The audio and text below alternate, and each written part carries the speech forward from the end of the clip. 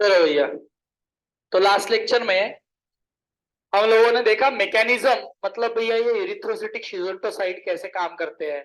ये बाकी drug like पायरिमिथामाइन primaquine जैसे ड्रग या आपके सल्फाडॉक्सिन जैसे ड्रग, ये ड्रग्स कैसे काम करते हैं, ये मैकेनिज्म समझना हमें जरूरी था। अब हम ड्रग वाइज बात करने वाले हैं। पहला ड्रग इज क्लोरोक्विन, जो सबसे commonly used anti malarial drug में ही आता है। लैरियागो के नाम से आता है ना, लैरियागो क्लोरोक्विन, लैरियागो ब्रांड बड़ा फेमस हुआ है। तो ये क्लोरोक्विन क्या बोला है, देखो अभी आपको मैकेनिज्म समझ गया है। क्या है ये इरिथ्रोसिटिक, बोलते जाओ। इरिथ्रोसिटिक शिजोंटो,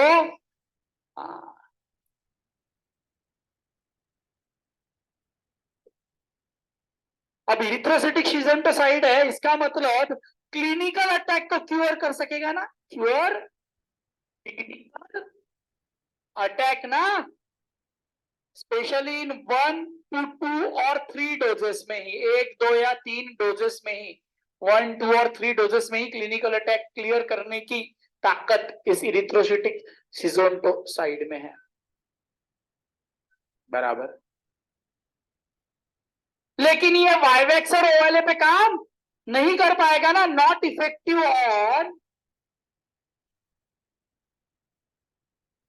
प्री पे भी इफेक्टिव नहीं है, प्री इरिथ्रोसिटिक एंड बोलो एक्सो इरिथ्रोसिटिक, इन दोनों पे ये काम नहीं करने वाला। यानी ये कोई रेडिकल क्यूर के काम का नहीं है। तो भैया क्लिनिकल अटैक जब आएगा, जब इरिथ्रोसिटिक शिजोंटोसाइड की जरूरत पड़ेगी, तब ये काम का है। आपने देखा फाल्सीपेरम नाम से जो स्पीसीज थी, उसमें से बहुत से मेंबर्स ऑफ क्लोरोक्विन के लिए resistance bye falciparum, falciparum species के लिए रेजिस्टेंट, पता नहीं इफ्लक्स पंप मैकेनिज्म से रेजिस्टेंस डेवलप हो चुका है। बराबर है। तो भैया ये ड्रग क्लोरोक्विन मैं कहां कहां यूज करता हूं, ठीक है, मलेरिया में तो यूज कर ही रहा हूं, स्पेशली जो फाल्सीपेरम सेंसिटिव या नॉन फाल्सीपेरम वाले जितने हैं, नॉन फाल्सीपेरम पे करूंगा, वाइवेक्स पे करूंगा, ओवेले पे करूंगा, बराबर है। भले उसके एक्सो इरिथ्रोसिटिक को नहीं निकालेंगे, लेकिन इरिथ्रोसिटिक तो सबकी स्टेज रहेगी रहेगी ना। तो नॉन फाल्सीपेरम और कुछ जो सेंसिटिव फाल्सीपेरम है उन पे यूज कर सकता हूं, बराबर है। मलेरिया के अलावा भी इसका यूज होता है, ये एंटी अमीबिक करके भी यूज किया जाता है। एंटी, आप अमीबियासिस में जाने वाले हो, तो एंटी अमीबिक करके भी इसका यूज किया जाता है। इसके अलावा ये ऑटो इम्यून डिसीजेस में भी यूज होता है, इसकी इम्यूनो सप्रेसिव प्रॉपर्टी होती है, ऑटो इम्यून डिसीजेस में भी यूज होता है, इसकी इम्यूनो सप्रेसिव प्रॉपर्टी होती है, बराबर। तो जैसे आप ल्यूपस या सिस्टेमिक ल्यूपस एसएलई बोलो, या लेप्रा रिएक्शन होती है, एक लेप्रेसी पेशेंट में लेप्रा रिएक्शन होती है, इम्यूनोलॉजिक रिएक्शन होती है, जिसमें जो लेप्रेसी के लीजन है उनमें इंफ्लेमेशन शुरू हो जाता है, वो रेड होने लग जाते हैं। तो सीवियर लेप्रा रिएक्शन इम्यूनिटी के कारण ही होती है। एसएलई जैसी ऑटो इम्यून डिसीज हो सकती है, या रिमेटॉइड आर्थराइटिस जैसे भी डिसीजेस में मॉडिफिकेशन के लिए, है ना, डिसीज मॉडिफिकेशन के लिए इसका यूज किया जाता है, डीएमआरडीज बोलते हैं, है ना। डीएमआरडीज मतलब डिसीज मॉडिफाइंग रिमेटोइड ड्रग्स, रिमेटोलॉजिकल ड्रग्स, है ना। तो वो रिमेटॉइड आर्थराइटिस में हम यूज करते हैं, तो ऑटो इम्यून डिसीजेस में भी इसका यूज होता है। Specially it is drug of choice जब मलेरिया की बात आ रही है। तो फर्स्ट ट्राइमेस्टर ऑफ प्रेगनेंसी में treatment of malaria, treatment of malaria in first trimester of pregnancy, in first trimester, और ट्राइमेस्टर लिखने से फर्स्ट ट्राइमेस्टर नहीं, थ्रू आउट प्रेगनेंसी इसका यूज किया जाता है। तो मलेरिया इन प्रेगनेंसी लिखो, फर्स्ट में भी करते हैं, आखिर में मैं बताऊंगा सेकंड थर्ड में भी कर ही सकते हो। तो drug of treatment of malaria in pregnancy, ये भी इसका एक इंपॉर्टेंट पॉइंट है। भैया इसके साइड इफेक्ट की अब बात कर लेते हैं। साइड इफेक्ट क्या क्या है? तो पहला साइड इफेक्ट जैसे सीवीएस से रिलेटेड, कार्डियोवास्कुलर सिस्टम से रिलेटेड, ये कार्डियक डिप्रेशन कर सकता है, कार्डियक डिप्रेशन कर सकता है, हाइपोटेंशन करेगा, हाइपोटेंशन करेगा, अरिदमिया प्रेसिपिटेट कर सकता है, अरिदमिया भी प्रेसिपिटेट कर सकता है।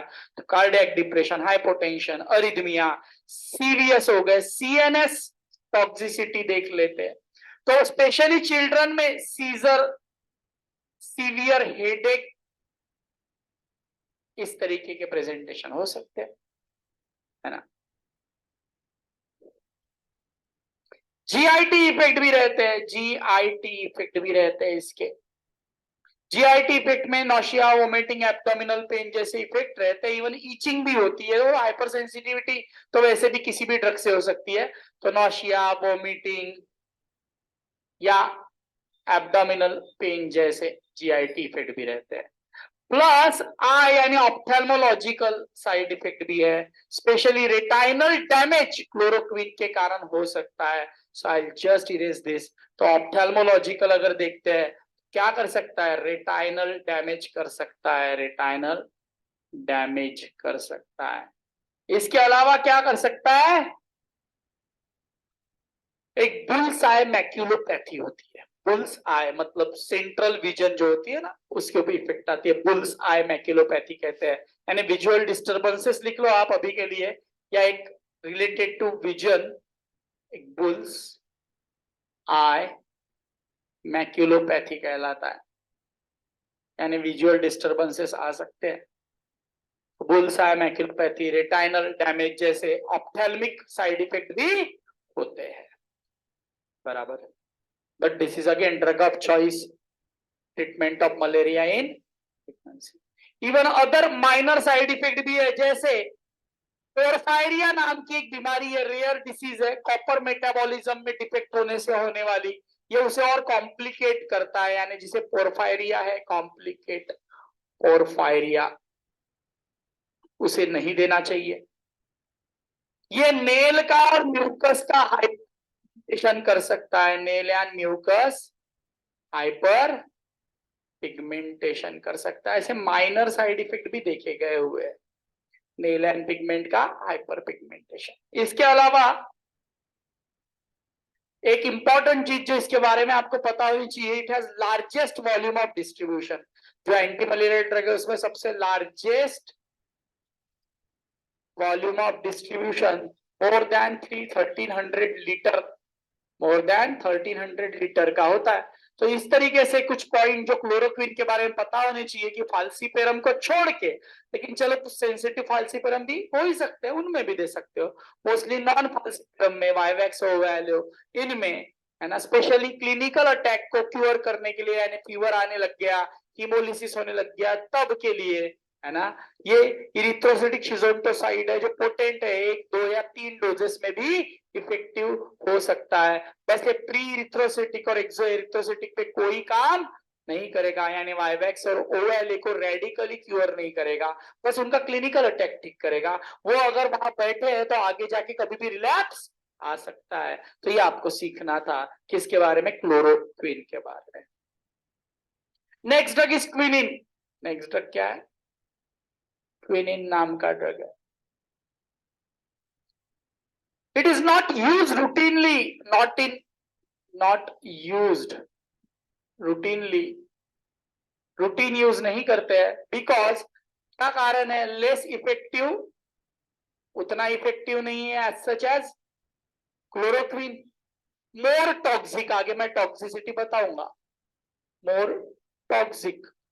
और स्पेशली आपका क्लोरोक्विन जो है वो फाल्सीपेरम के लिए रेजिस्ट, फाल्सीपेरम को उसके लिए रेजिस्टेंस था, but this is effective on falciparum, effective on falciparum, तो हम इसे ज्यादा यूज करेंगे तो इसके लिए भी रेजिस्टेंस डेवलप, तो टू डिले रेजिस्टेंस और फाल्सीपेरम, फाल्सीपेरम ने रेजिस्टेंस डेवलप इसके खिलाफ ना कर जाए, इसके डर के कारण हम इसे भी रूटीनली यूज में नहीं लाते।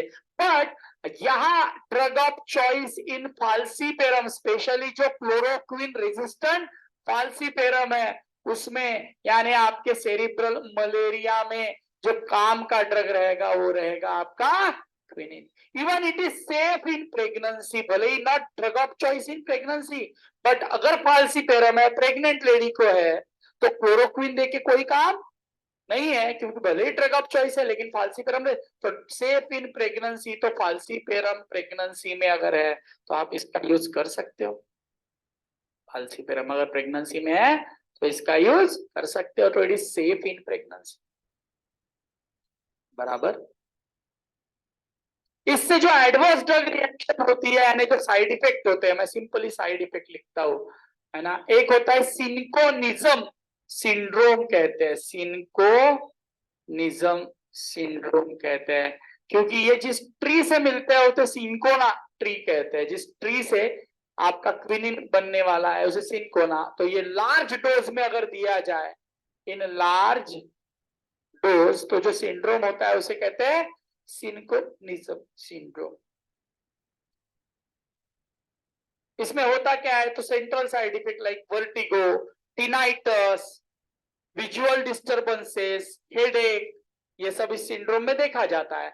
वर्टिगो, चक्कर आना, टिनाइटस, आवाज में, कान में आवाजें आना, है ना, और हेडेक जैसे, या ब्लर्ड विजन, विजुअल चेंजेस जैसे इस सिंड्रोम में देखे जाते हैं जब लार्ज डोज में ये दिया जाता है, सिंकोनिज्म सिंड्रोम। इसके अलावा जिसमें G6PD डेफिशिएंसी है, G6PD की जिसमें कमी है, उनमें ये क्या करेगा, हीमोलिसिस। पता है आपको, G6PD is enzyme present on RBC membrane which stabilizes RBCs, which stabilizes RBCs। तो आरबीसी मेम्ब्रेन पे प्रेजेंट है हीमोलिसिस करने वाला G6PD एंजाइम। बराबर। तो भैया उसकी कमी अगर किसी में है, जेनेटिकली रहती है ना, तो हीमोलिसिस करवा सकता है। इसके अलावा ये कार्डियक कंडक्शन डिफेक्ट यानी अरिथमिया करवा सकता है। Cardiac conduction defect specially arrhythmia करा सकता है। ये मेजर साइड इफेक्ट जिसके कारण इसे बहुत रूटीनली यूज नहीं किया जाता, बट फाल्सीपेरम में ड्रग ऑफ चॉइस है। लेकिन फिर भी धड़ल्ले से मत करो, पहले अदर करो, बिकॉज टू डिले रेजिस्टेंस। भैया इसके लिए भी रेजिस्टेंस डेवलप होने का खतरा तो रहेगा, तो ज्यादा यूज होना, ये समझ में आई बात। अब ये हुआ इसके साइड इफेक्ट। इसके यूजेस क्या क्या है, तो भैया मलेरिया में और स्पेशली कौन से में, फाल्सीपेरम मतलब जो क्लोरोक्वीन रेजिस्टेंट फाल्सीपेरम हो, उसी में, हर फाल्सीपेरम में करोगे तो उसके लिए भी रेजिस्टेंट आ जाएगा ना। फाल्सीपेरम में इसे यूज करना चाहिए, वहां तो ये ड्रग ऑफ चॉइस है ही फाल्सीपेरम में, यानी सेरिब्रल मलेरिया में। स्पेशली इसका एक आईवी फॉर्म आता है, क्विनिडीन कहते हैं उसे, क्विनिडीन कहते हैं। तो आइसोमर होता है, आइसोमर होता है क्विनिन का, that is called D isomer कहते हैं। और ये आईवी फॉर्म होता है, जो हम क्विनिन को आईवी फॉर्म जो यूज करते हैं वो ये होता है ना। तो यूजेस में हमको ये पता है। इसके अलावा अदर यूजेस भी होते हैं। ये वजाइनल क्रीम में स्पर्मिसाइडल करके भी यूज किया जाता है, कॉन्ट्रासेप्टिव मेजर करके, spermicidal in vaginal cream.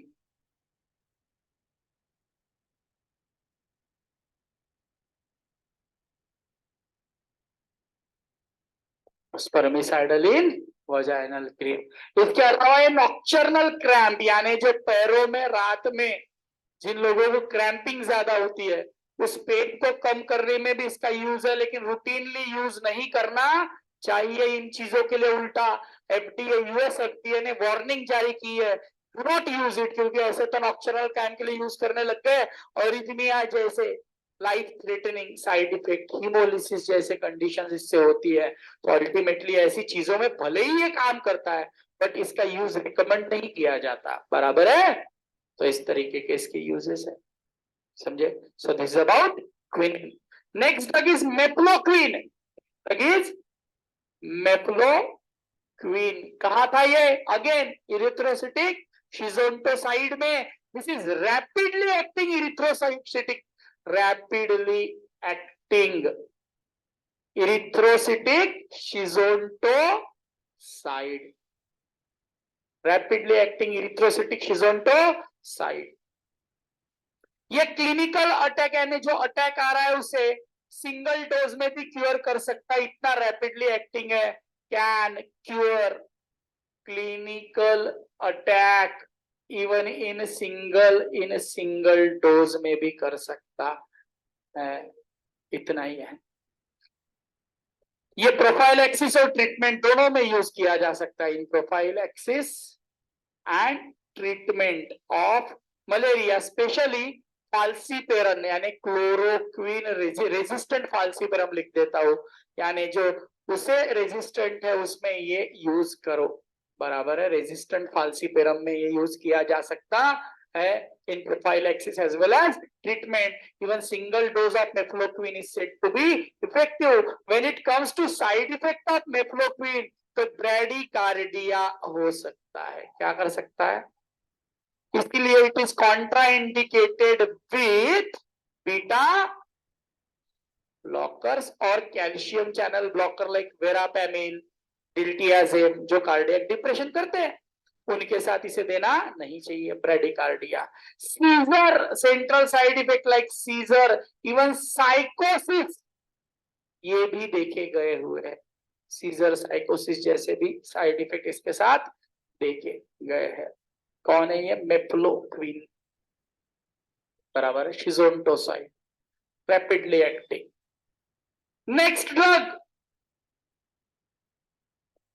पायरिमिथामाइन। Next drug is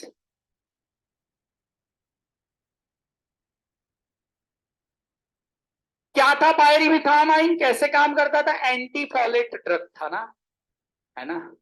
even सल्फाडॉक्सिन भी एंटी फॉलेट ड्रग था। इन दोनों को साथ में बता देता हूं, ये दोनों स्लो एक्टिंग शिजोंटोसाइड भी है, क्योंकि मेटाबॉलिज्म वो इरिथ्रोसिटिक शिजोन्स का यानी पैरासाइट का इंपेयर करेंगे, तो स्लो एक्टिंग।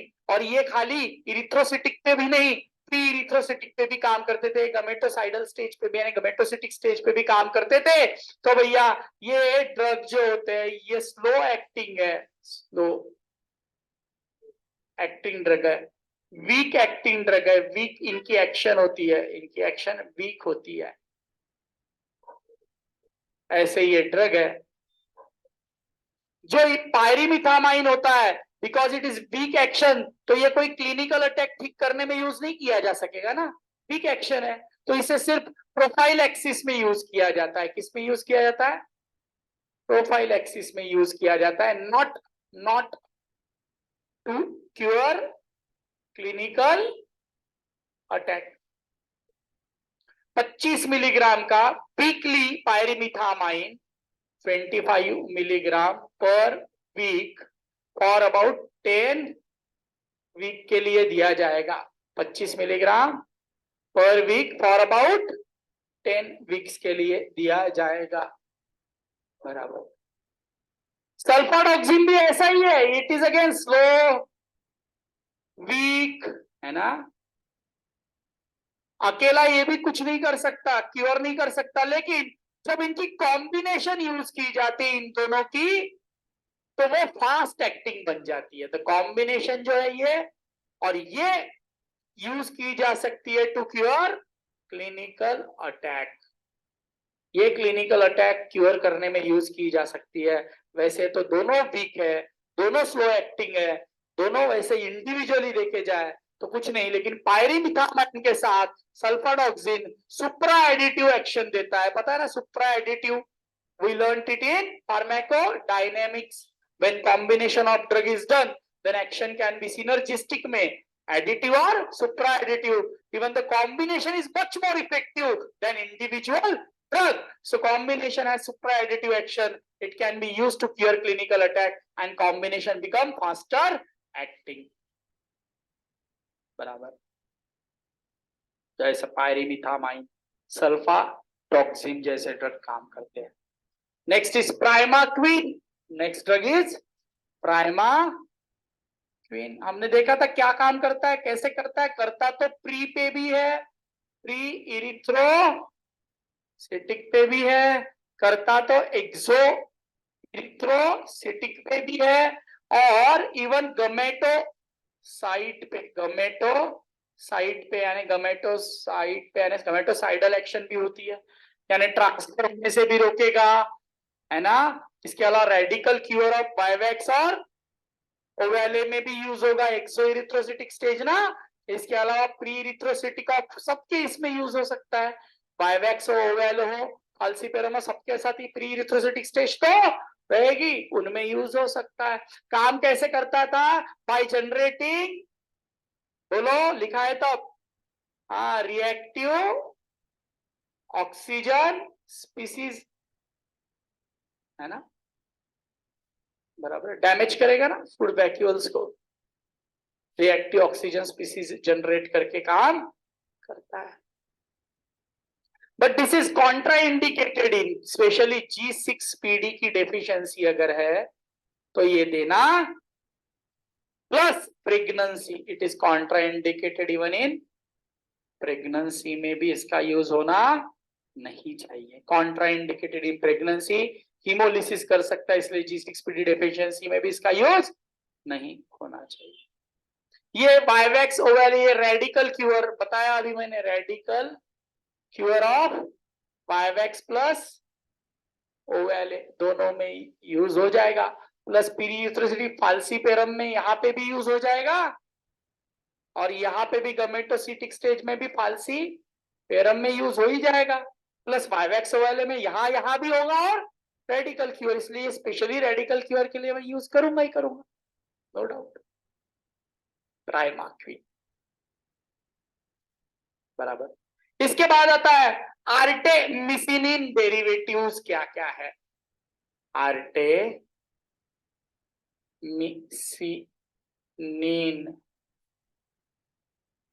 डेरिवेटिव्स, यानी आर्टेमिसिन से मिलने वाले जो ड्रग रहेंगे, एक्चुअली एक ट्री होती है जिसे कहते हैं आर्टेमिसिया एनुआ, मिसिया, ये थोड़ा सा करेक्शन रह सकता है, या आर्टेमिसिया एनुआ करके कुछ है, एनुआ लैटिन नेम है उसका, तो उस ट्री से ये डेरिवेटिव मिलने वाले हैं, आर्टेमिसिनिन डेरिवेटिव्स कहते हैं इसे, आर्टेमिसिया एनुआ ऐसे कुछ ट्री का नाम होता है, थोड़ा यहाँ करेक्शन रह सकता है, बट दीज आर डेरिवेटिव्स, इसमें बहुत सारे आते हैं, जस्ट लाइक पहला तो आर्टेमिसिनिन, ये खुद आता है एक डाइहाइड्रो आर्टेमिसिनिन, डाइहाइड्रो आर्टेमिसिनिन भी आता है, यहाँ पूरा लिख देता हूं, आर्टे। इसके अलावा आर्टीसुनेट आता है जो मोस्ट कॉमनली यूज होता है, आर्टीसुनेट, आप फाल्सीगो नाम से इंजेक्शन देते हो, फाल्सीगो सबसे ज्यादा जो फाल्सीपेरम में यूज किया जाता है, फाल्सीगो, आर्टीसुनेट। एक आर्टे इथर आता है जो ओरल टैबलेट में मिलता है, आर्टे इथर नाम से आता है, एक आर्टीमिथर भी आता है, आर्टेमिथर भी आता है। So arteither, artemether, artesunate, artemisinin, dihydroartemisinin, all are what? Artemisinin derivatives, and these are what? Fastest acting drug. Erythrocytic schizontoside ही है ना सारे, हमने देखा था ना, erythrocytic artemisinin get activated by heme into artemisinin, active artemisinin जो कि ultimately hematine hemozyme conversion के साथ ही इंटरफेयर करेगा, तो ये फास्टेस्ट एक्टिंग ड्रग्स में आते हैं। प्लस ये वैसे भी काम करते हैं, और ये फ्री रेडिकल जनरेट करके भी फूड मेम्ब्रेन को, यानी वो जो वैक्यूल है उसे या पैरासाइट को डैमेज कर सकते हैं, ये फ्री रेडिकल भी जनरेट कर सकते हैं, और हीम टू हिमेटोइन टू हिमोजाइन कन्वर्शन के साथ भी इंटरफेयर करने वाले ड्रग्स होते हैं, तो फास्टेस्ट एक्टिंग ड्रग में आते हैं, and additionally they generate free radical, है ना, जनरेट, और इस तरीके से भी काम करते हैं। बाकी हीमेटिंग कन्वर्शन तो आपने देखा ही है, बराबर। तो ये आर्टिमिसिनिन डेरिवेटिव्स का यूज आप मल्टी ड्रग रेजिस्टेंट वालों में भी, यानी जो एक से ज्यादा ड्रग को रेजिस्टेंट है ऐसे में भी, फाल्सीपेरम में भी, और अदर वायवेक्स से लेके सब में कर सकते हो, बस रेडिकल क्यूर ये नहीं करेंगे, वो खाली आपका प्राइमाक भी नहीं करेगा, बराबर। तो आर्टेमिसिनिन फास्टेस्ट एक्टिंग ड्रग होते हैं। और सेकंड थिंग, इसमें सबसे कॉमनली यूज दिस आर्टेसुनेट, जो फाल्सिगो के नाम से आता है। आप अगर ब्रांड नेम देखो तो इंजेक्शन भी आते हैं और टैबलेट भी आते हैं, है ना। आर्नेट टैबलेट जैसे ब्रांड है, आर्नेट आर्टिसुनेट का ब्रांड है। तो फाल्सिगो इज इंजेक्शन ना, तो इंजेक्शन की जब मैं बात करूं तो 120 मिलीग्राम का डोज दिया जाता है फॉर डे 1 और 60 मिलीग्राम डोज डे 4 तक दिया जाता है। इस तरीके से हम लोग फाल्सीपेरम में इसकी ट्रीटमेंट में यूज करते हैं फाल्सिगो का। टैबलेट की जब बात आती है, ओरल की बात, ये आईवी फाल्सिगो की हुई। अगर मैं ओरल की बात करूं तो टैबलेट आर्नेट फॉर एग्जांपल मैं लिख रहा हूं, है ना। 100 मिलीग्राम की टैबलेट दी जाती है बीडी ऑन डे 1 और फिर 50 मिलीग्राम बीडी दी जाती है अप टू डे 4। ये टैबलेट फॉर्म में दिया जाने वाला डोज होता है, ये आर्टिसुनेट है। Even artesunate is what potent erythrocytic schizonticide. Potent मतलब कम डोज में काम करने वाला, अच्छे से काम करने वाला। इरिथ्रोसिटिक शिजोंटोसाइड अगर कोई है तो आपका आर्टिसुनेट है। फाल्सिगो नाम से इंजेक्शन आते हैं मोस्ट कॉमनली, आप देखने वाले हो। इसका यूज आप फाल्सीपेरम में या मल्टी ड्रग रेजिस्टेंट वाले स्ट्रेन्स लाइक स्पेशली फाल्सीपेरम जो और ड्रग पे काम ना करे उनमें भी करते हो, ये कॉमनली यूज ड्रग्स में आते हैं। These are artemisinin derivatives. इसके बाद आता है आपका एटावाकोन, एक ड्रग था एटावाकोन। कैसे काम करता था? वैक्यूअल मेम्ब्रेन या पैरासिटिक मेम्ब्रेन को कोलैप्स करता था, क्योंकि इलेक्ट्रॉन ट्रांसपोर्ट सिस्टम को माइटोकॉन्ड्रिया में जो इलेक्ट्रॉन ट्रांसपोर्ट सिस्टम है उसे क्या करेगा? इनहिबिट करेगा। तो इस तरीके से ये करता था। इवन इसके साथ कभी प्रोग्युआनिल दिया जाता है। प्रोग्युआनिल अगेन आपका एंटीफोलेट ड्रग था, वीक एक्शन वाला था, लेकिन इसके साथ देने से इसकी anti malarial to potentiate anti malarial action of atovaquone, हम इसके साथ प्रोग्युआनिल का भी यूज करते हैं।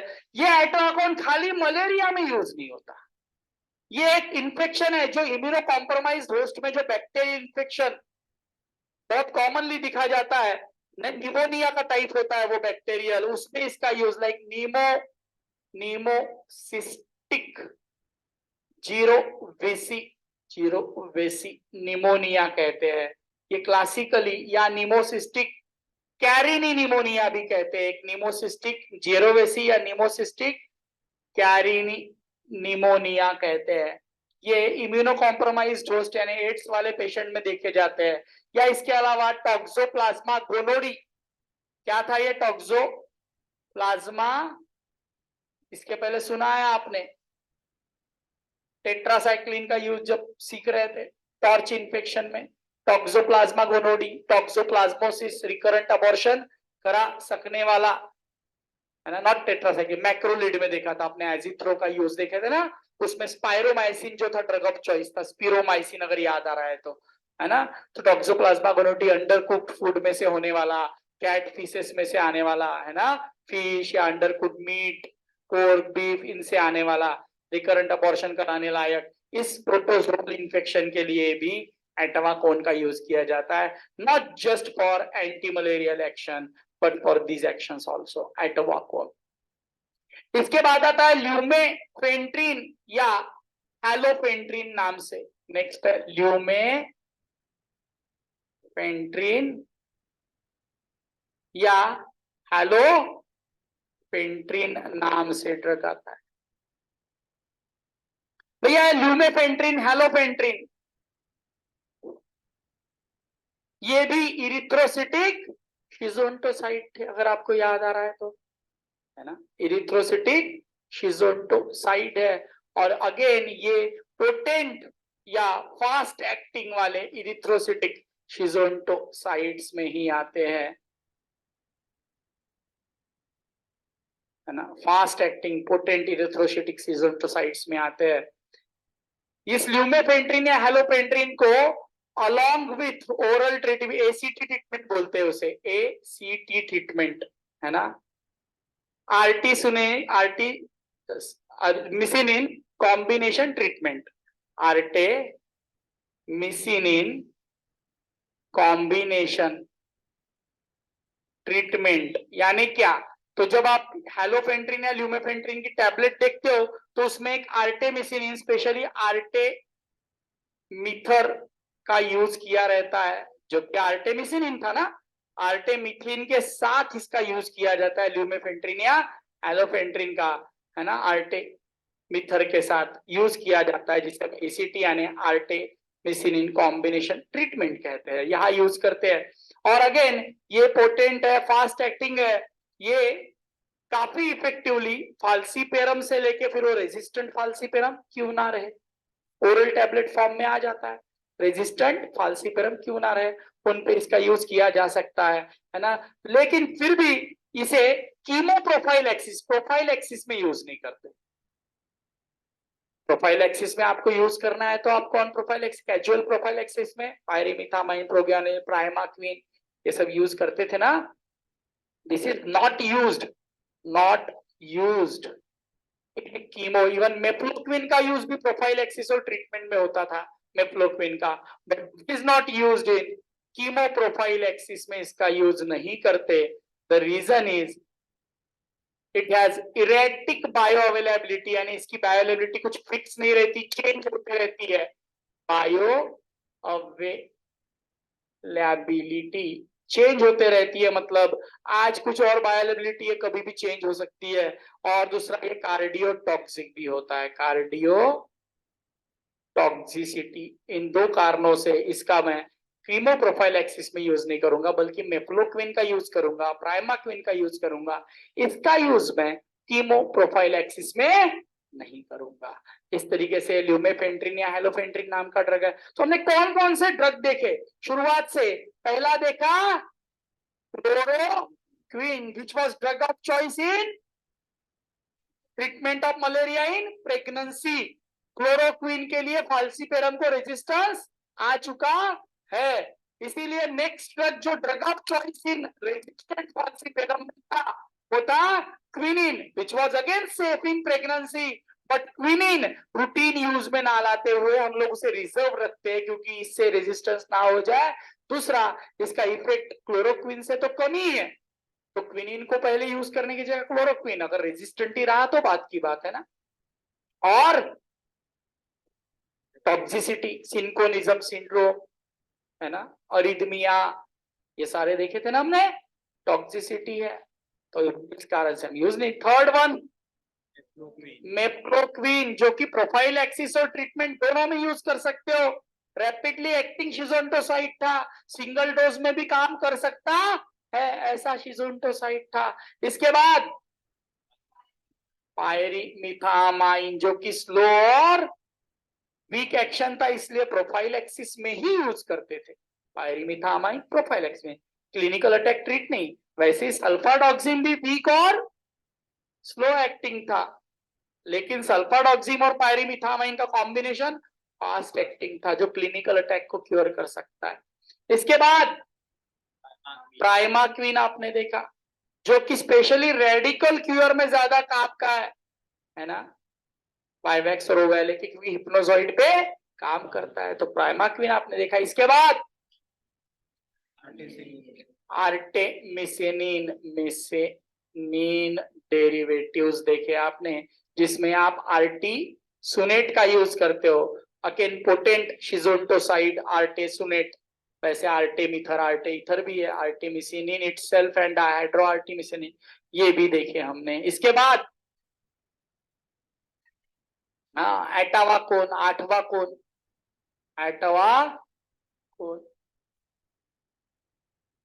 निमोसिस्टिक जेरोविसी या टॉक्सोप्लाज्मा गोनोडी जैसे इन्फेक्शन पे भी काम करता है। और एंटी मलेरियल तो शिजोंटोसाइड है ही, तो इसको साथ में प्रोगेनल देखिए, इसकी एक्शन एंटी मलेरियल एक्शन बढ़ाई जा सकती है। इसके अलावा आखिरी देखा आपने ल्यूमेफेंट्रिन या हेलोफेंट्रिन, जो कि बोलो फास्ट एक्टिंग तो है, लेकिन ये एसीटी यानी आर्टेमिसिनिन कॉम्बिनेशन ट्रीटमेंट, तो इसमें यूज करते हैं आर्टेमिथर के साथ, बराबर है, लेकिन इसे प्रोफाइलैक्सिस में यूज नहीं करते हैं।